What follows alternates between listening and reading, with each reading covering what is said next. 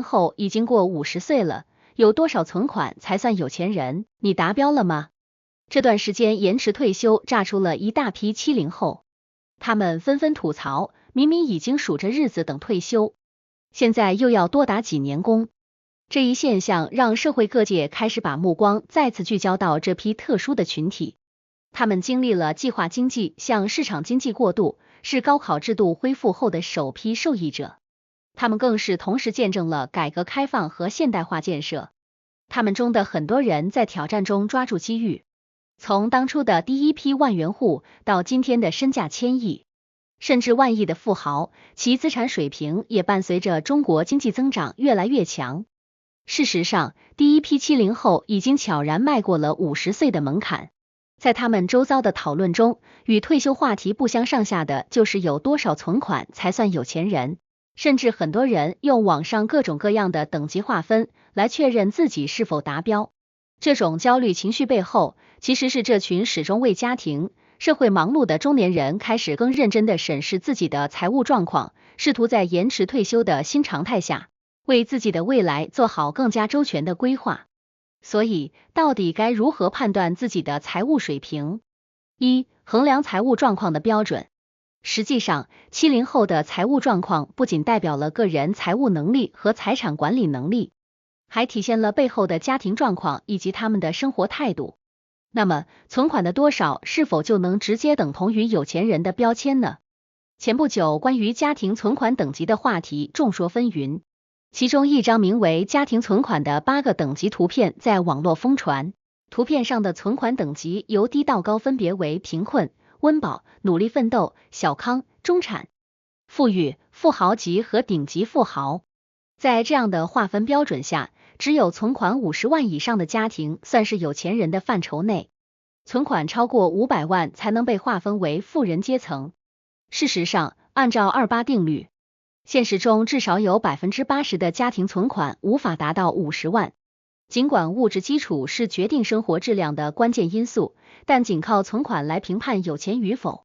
显然缺乏足够的说服力。因为实际生活中，简单的存款数字并不能覆盖大家心中有钱人的足够和幸福。正如在很多人眼中，一个50万存款奋斗层的家庭生活质量与100万存款小康层的家庭也许并无差异。这种现象背后其实蕴含着多重因素，比如从城市的角度来剖析，不难发现，不同城市的薪资水平和生活成本之间差异显著。以北上广深为代表的一线城市，各行各业的薪资都很可观。与此同时，教育、医疗、食宿等生活成本也高。相比之下，3、4线或5、6线城市尽管整体薪资水平不如1线城市，但依然有一群人收入比较高，却不用承担高昂的生活成本。这种高薪低消的生活方式让小城市的中年人得以在相同的存款条件下，过上比大城市居民更为滋润、潇洒的生活。因此，地域也是评判家庭财务状况的重要标准。另外，房产状况也是衡量70后群体财务水平的一个关键因素。比如，有人抓住了房地产市场先机，即使当下现金流相对有限，但有多处房产作为固定资产，这些房子为他们提供稳定住所的同时，也作为他们财富的重要组成部分，让未来生活有满满的安全感。当然，也有一部分70后背负着房贷、车贷等负债压力，这些负债在一定程度上限制了他们的消费能力。这种情况下，即使他们拥有一定数量的固定资产，但生活质量可能并不如那些存款少、同样负债少的同龄人。总而言之，仅靠存款数量的多少来评判一个人是否跻身有钱人之列，这种行为过于片面。我们应当从地域经济的差异性、家庭固定资产的持有情况，以及信贷负担的有无等多个维度进行全面而细致的考量。2、70后的财务避险能力。其实判断70后家庭有钱与否，不仅要考虑财务状况，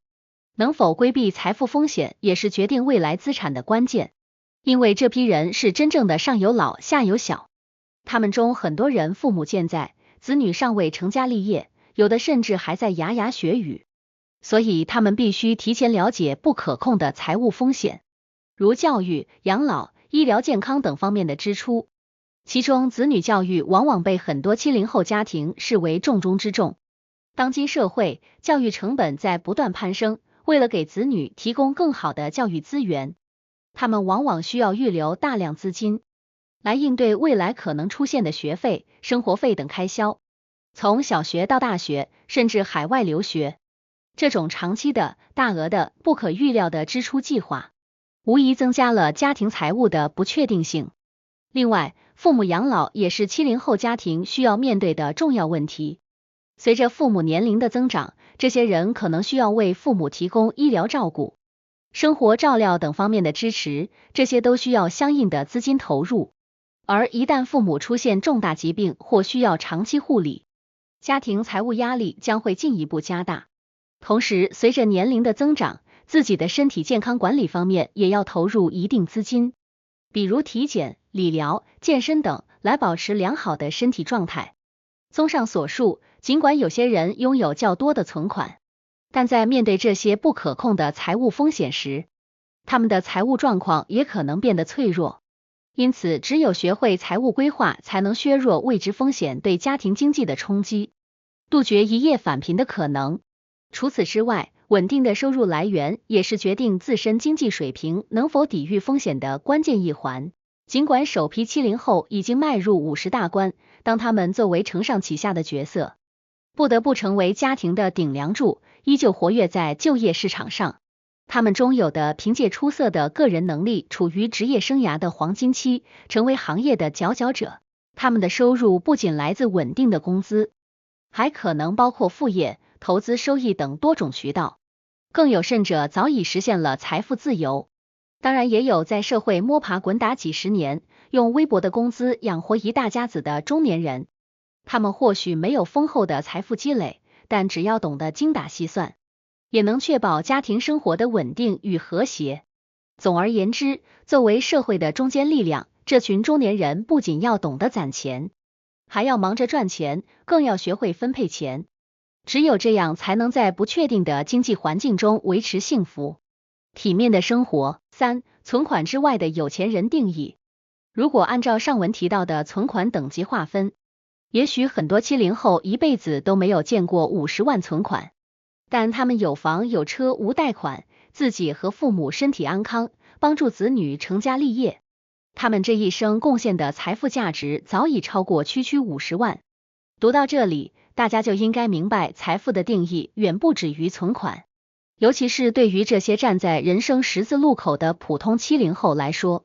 也许有的人正处于职业生涯的上升期，有的人再过几年就步入退休生活。但不论何时，银行账户永远只是一个数字，它会增也会减。真正重要的是财富观念和未来财富规划。因此，不论你如今有多少存款，都要学会如何通过多元化的投资和理财来实现资产的保值和增值。但是在钱生钱的同时，都要时刻谨记，无论是股票、基金，还是房地产、数字货币等，任何投资方式都有风险和回报，大家要谨慎选择，根据自己的风险承受能力和长远规划来合理配置资产。除此之外，当你将更多资金投入到教育与健康领域，无论是为自己还是为家人，都是一种未雨绸缪的明智之举。因为知识能助力财富持续增长，身体则是守护财富的根本。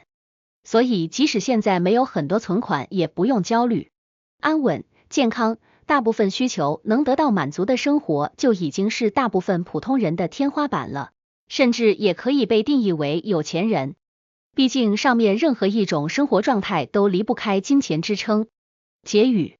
在当前经济环境充满挑战的背景下，存款构成了每个人生活的最后一道防火墙，尤其对正处在一个尴尬的位置的70后群体。但万物万事都有变化，此刻大家无需过分纠结于自己是否已跻身富人之列，也不必为年轻时未能充分储蓄而懊悔，更不必过分忧虑未来的养老生活。尽管从现在开始行动不能实现量的超越，但学习储蓄、投资、管理总归能让财务状况实现质的飞跃。毕竟，财务自由不仅仅是拥有多少存款，